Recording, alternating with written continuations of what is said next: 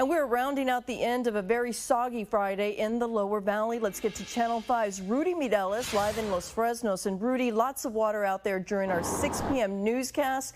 Have things changed since then?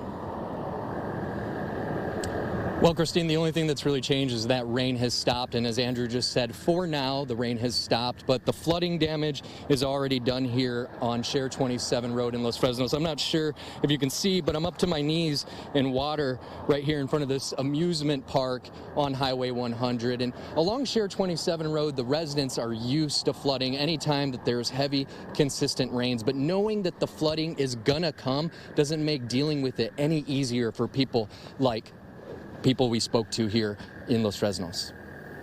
Areas of Cameron County still underwater as rains continue to pass through the area. A mix of heavy and light, but consistent rains causing issues since overnight. It had a major impact during the nighttime hours into the early morning, all through the frontage roads of Brownsville, all through Los Fresnos, La Esquina area. So the water's been receding quite a bit. The rain causing problems for residents like Yancy Branham.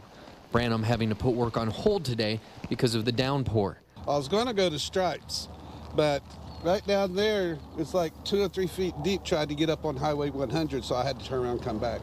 And this happens every time it rains real hard, this is what happens. With no place to take his vehicles when the rains cause flooding, he focuses on what he can save in his front yard first. My stuff starts floating down the road down there, all out in the yard. Now, typically, Branham stores stuff that he doesn't want washing away on the porch here, and it becomes kind of a safe haven for some of the stray animals, like a kitten that's over there resting right now. But it also becomes a problem, he says, because creepy, crawly critters like snakes and this tarantula right here, for example, end up making its way up to his house.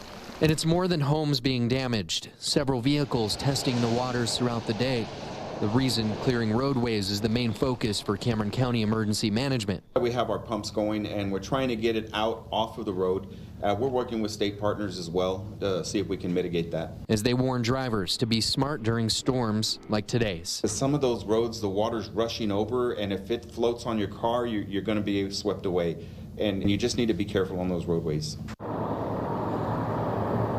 Now, you just heard Hushin talking about staying off roads that may have flooding on them, and the reason for that is because his office has pretty much for the last 14 hours been driving around Cameron County and doing some high water vehicle rescues, getting people and pulling them out of their vehicles after they get stuck. There was one vehicle not 100 feet away from me that was just stuck in a side of a ditch and must have gotten pushed out and swept away with the water when it was cresting over the road. So he says if you come across those points, especially as the rain may continue over the coming days, to stop, just turn around and follow the cliche, turn around, don't drown.